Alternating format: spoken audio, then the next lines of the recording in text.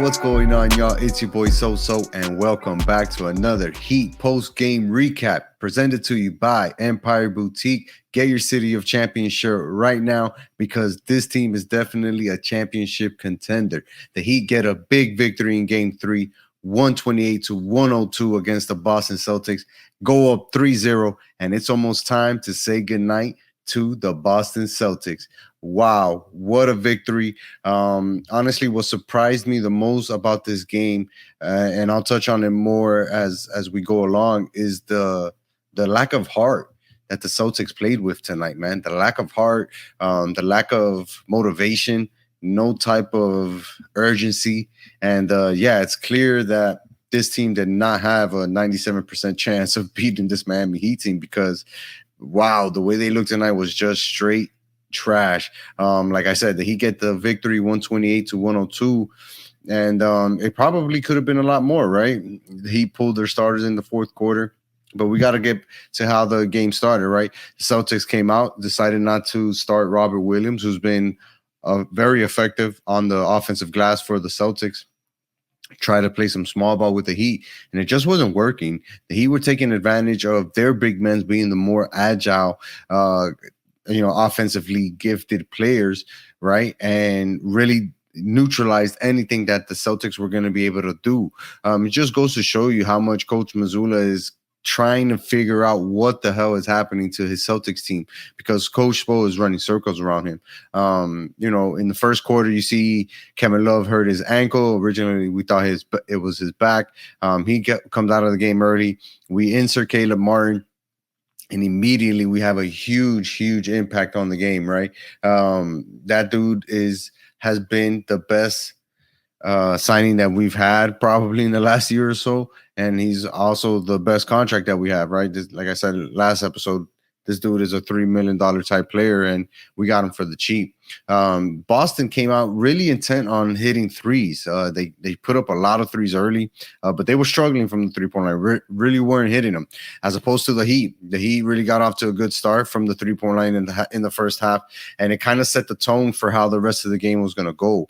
In the first quarter, there was this one sequence where Brown missed a contested layup, got up, started complaining to the referee. Mazzulla was on the court complaining as well. Meanwhile, the Heat are just continuing to play basketball, right? Strus comes down with the rebounds, throws it to Caleb Martin, who almost lost it, right? He saves it, throws it to Jimmy, passes it to Jimmy, and then Jimmy makes a pass to find Strus at the top of the key as a trailer, and he hit a big splash three, put the Heat 21-6, and it really killed any type of momentum that the Celtics could hope for in this game.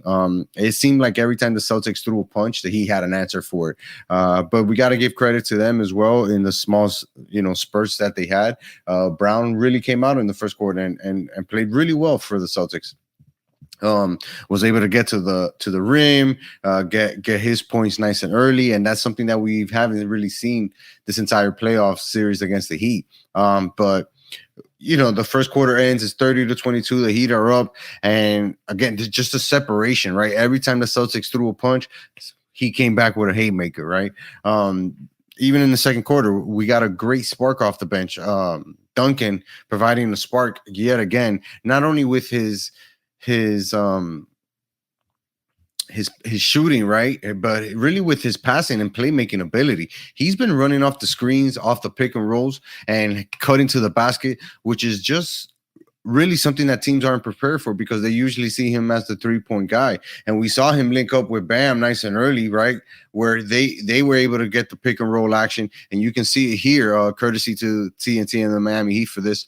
Bam is just waiting to see what the defense is going to do. Duncan is doing a great job of reading how the defense is playing them. And like I said, here you can see it. Duncan's assertiveness to the basket is really starting to hurt this team because they don't know what to do with Duncan. And on that pick and roll is super dangerous for any team to try to neutralize because his threat right now is through the roof. His three-point shooting is on freaking fire.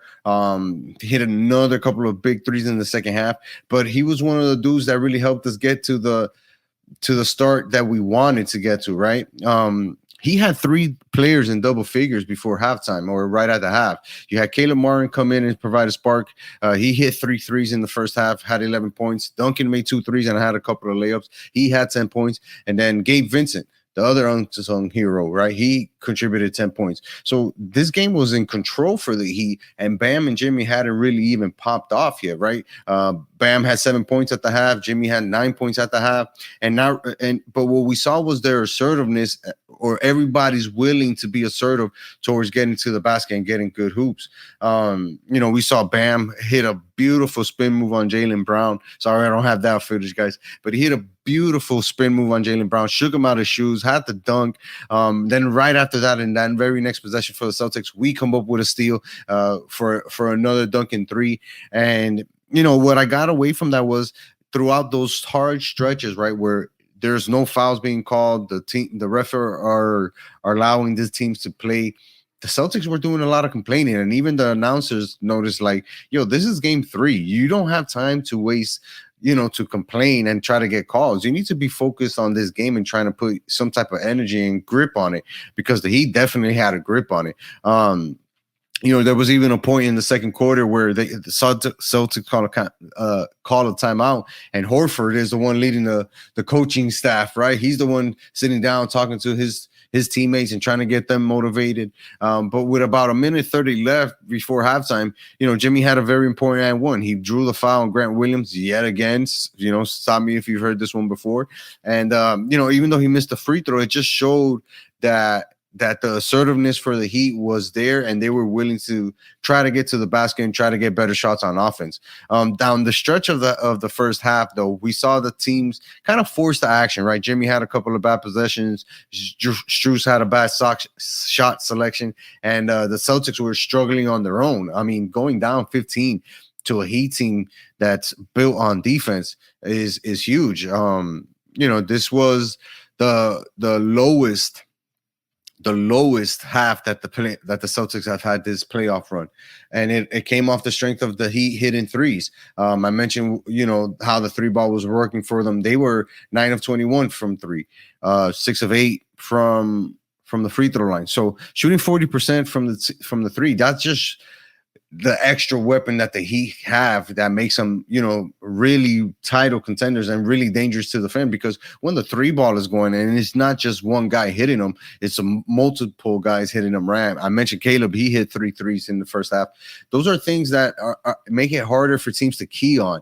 And then you have guys like Gabe Vincent, right, who come out and really want to put his stamp on the game. A lot has been said about the undrafted guys, the guys that, come up through the system and all stuff. But what they failed to realize, and Spo addressed it again today in the post conference, this narrative is getting old. These guys have been with the Heat for 3-4 years now. They are indoctrinated with Miami Heat culture. So it is a very real thing for this team. It's something that we rely on, and it definitely helps us, get ahead. The Heat come back in the third quarter and blow up the lead, play really excellent defense on these guys, and just pretty much broke their spirits. They literally broke their spirits. It was when you have the energy coming off the bench that the Heat have, and the Celtics can't match that, just makes it impossible to defend, right? And then we saw Bam get loose. He had a nasty dunk on Grant Williams. He attempted a dunk on Tatum too. So you could tell that offensively he was in a rhythm and wanted to be aggressive. He had a block that led to some easy offense for us as well. And the story, like I said earlier today, is the Celtics' lack of a fight. They had no fight. They looked dead in the water in the third quarter. The Heat were pouring it on, got up to a 30-point lead. We're hitting threes. Everybody was making shots. And, the best part of that quarter for me, right, in that third quarter, you had Jimmy trolling. This dude. And Al Horford, I'm sure you guys remember him hitting that tea celebration. Jimmy brought it right back to him after Gabe Vincent hit another 3. He had a career night. But the Heat's ability to continuously come through with efforts is something that the Celtics could not match at all. That he continued that energy spurt throughout the rest of the fourth quarter and third quarter. Were able to even sit their players midway through the fourth quarter. And this is why I know that the Celtics team is being outcoached, outclassed, outperformed. After that 32-17 third quarter, which blew up that entire Celtics team and really put the Heat in a position to win this game comfortably, coach of the Celtics decided to sit everybody. Now imagine if you're the Heat, right?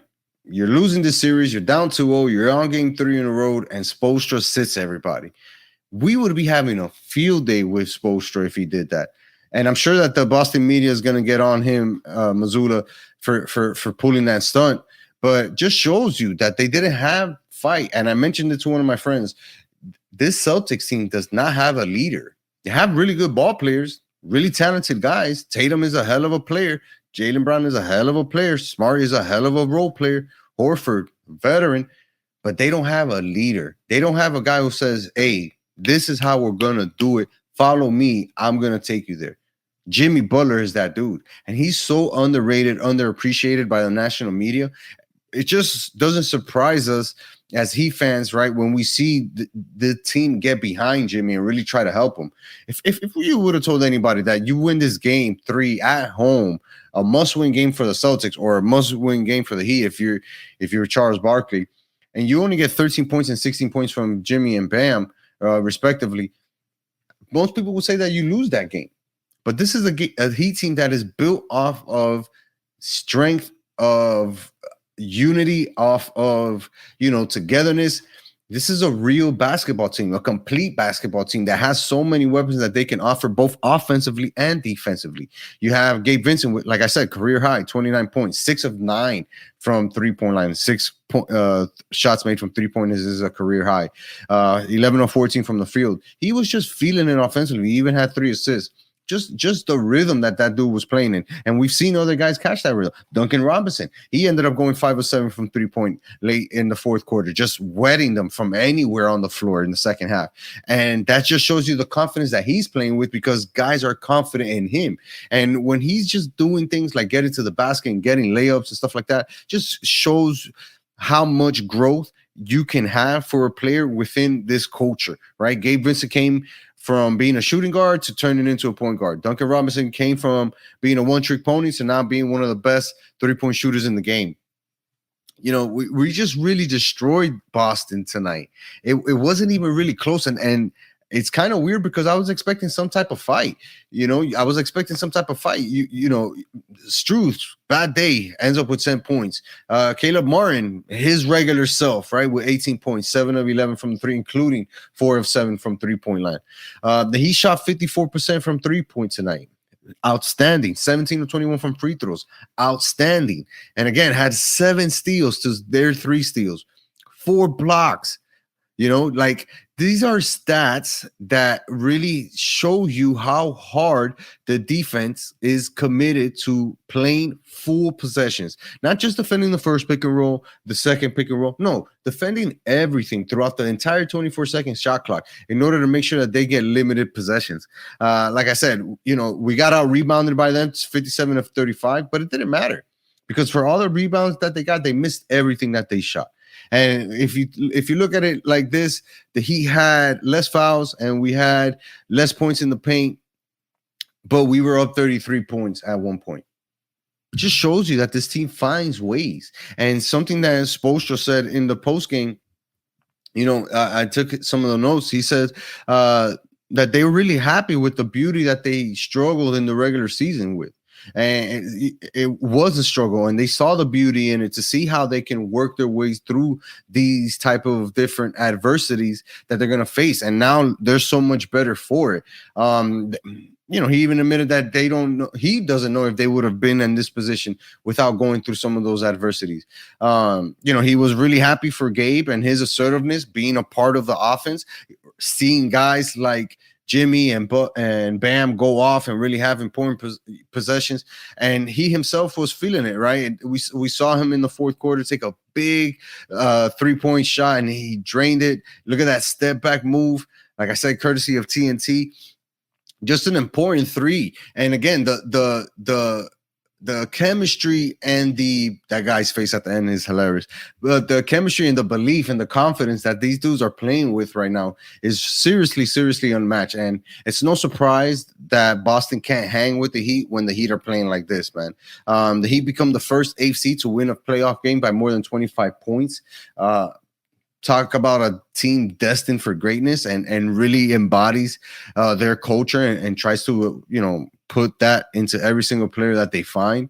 One thing that caught my attention as well was Gabe saying that his communication with Spo throughout the flow of the game really helps get the message to the rest of the team. And that type of floor general is very, very critical for this Heat team, because the points aren't coming from the point guard position. Yeah, they came tonight from that point guard position, but what we want from Lowry and Strus and Gabe Vincent when they're in that playmaking or point guard mode is to create. And these guys did create. And by them being offensively, astounding, just shows that they can be more assertive, that they can be a second, third, fourth, fifth option for a team. And once we're rolling on that, it's impossible to beat us, man. We got to give a shout out to Duncan Robinson. He became the Heat's all-time 3-point leader in playoffs games, overtaking LeBron James. Duncan Robinson was wet tonight, and I love to see it because this dude really did struggle a lot throughout the season, didn't get a lot of minutes to prove himself. Spo makes everybody earn their rotation minutes, and Duncan has never faltered. We got to give him that. As a professional, he never faltered, never lost focus of what the ultimate goal was, which was to help this team get to that championship level, and he's definitely doing that, man.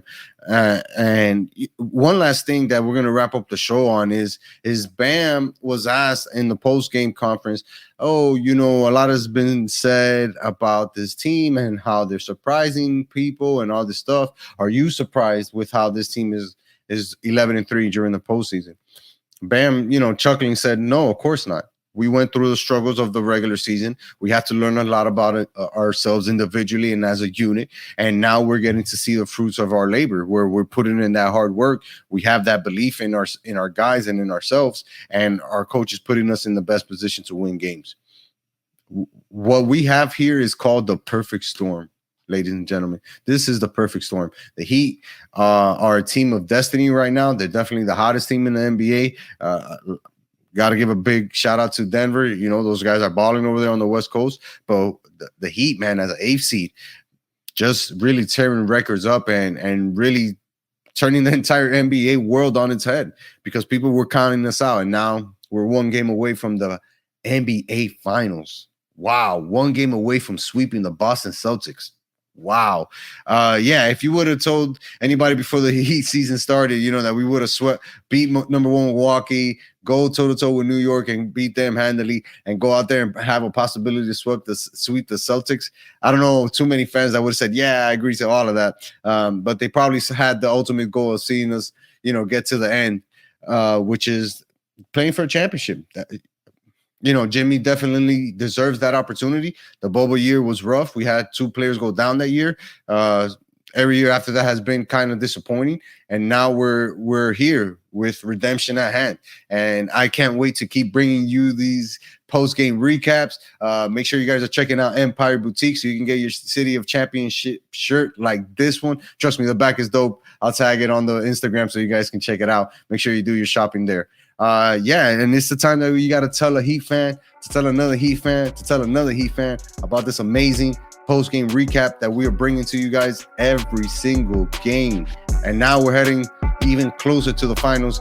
Game 4 is on Tuesday. Your boy Sosa's going to be watching. So make sure you guys are tuning in. And until next time, peace.